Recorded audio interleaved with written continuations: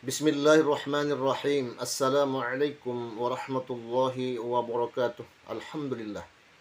Allahumma salli wa sallim ala sayyidina Muhammadin bil lisani jami'ati fi hadratil wasi'ah.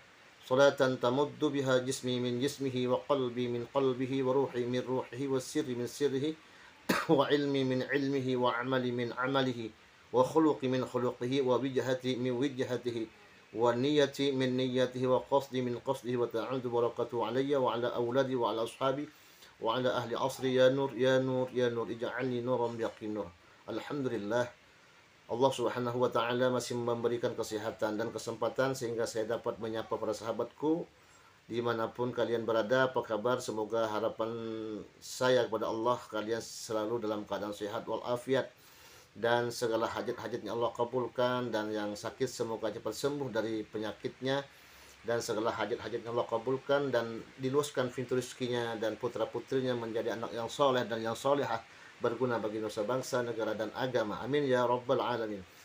Untuk mempersingkat waktu sahabatku ya, mari kita tonton video ini dari Ustadz Nurdin, yang mana beliau sangat luar biasa, masya Allah, tabarakallah, sangat ilmiah, sangat pintar dan alim beliau tentang sejarah. Nah, ini kaitannya dengan apapun yang kita baca dalam sejarah, inilah konsep kriteria sejarah. Mari kita tonton videonya sampai selesai.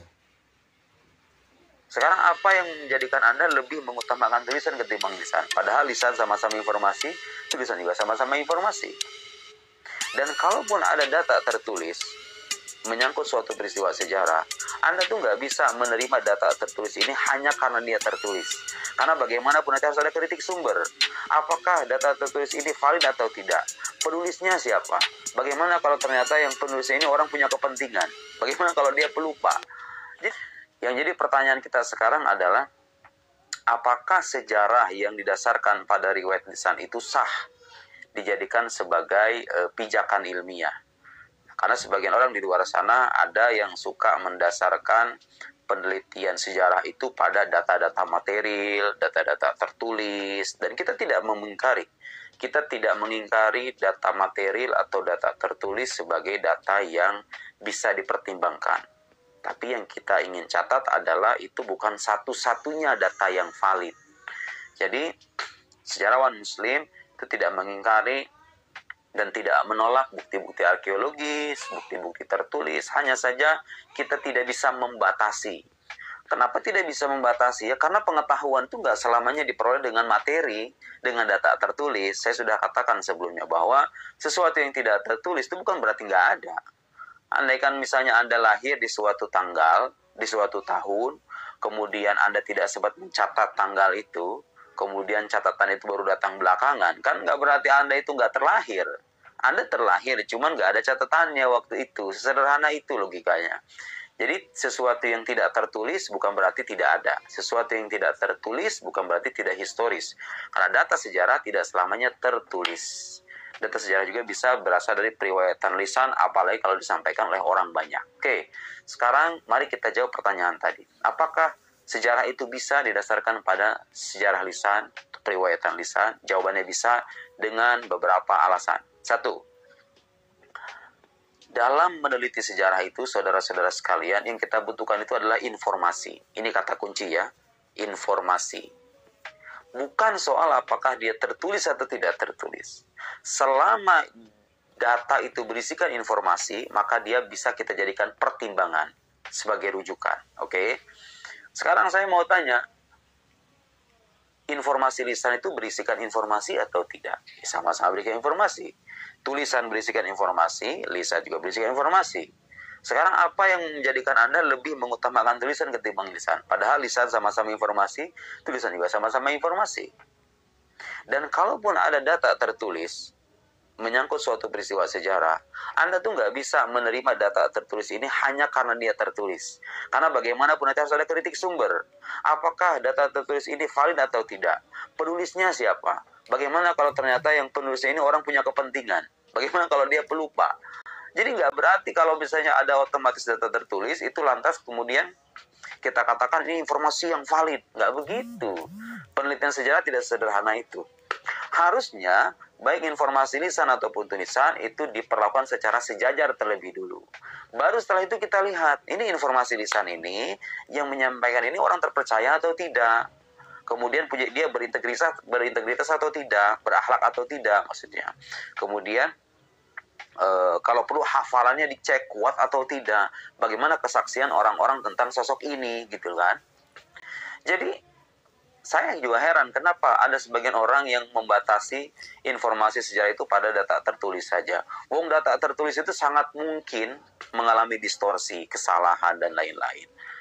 Jadi poin saya adalah suatu informasi itu tidak diterima atau ditolak hanya karena dia tertulis atau tidak tertulis. Yang menjadikan kita menerima informasi atau tidak itu adalah kelayakan informasi itu sendiri, gitu loh. Jadi baik dia tertulis atau tidak tertulis, selama informasi ini layak, bersandar pada data yang valid, sanad periwayatannya jelas kalau berupa riwayat, kemudian perawinya terbukti terpercaya, hafalannya kuat, tidak mengandung cacat, tidak bertangan dengan informasi lain yang lebih sahih, maka nggak ada alasan bagi kita tidak menerima. Karena sama-sama informasi. Sama-sama informasi. Inilah pentingnya belajar epistemologi ya. Epistemologi itu satu cabang dalam filsafat yang membahas tentang pengetahuan. Pengetahuan itu sebetulnya apakah pengetahuan material saja atau pengetahuan itu tidak hanya terbatas pada materi.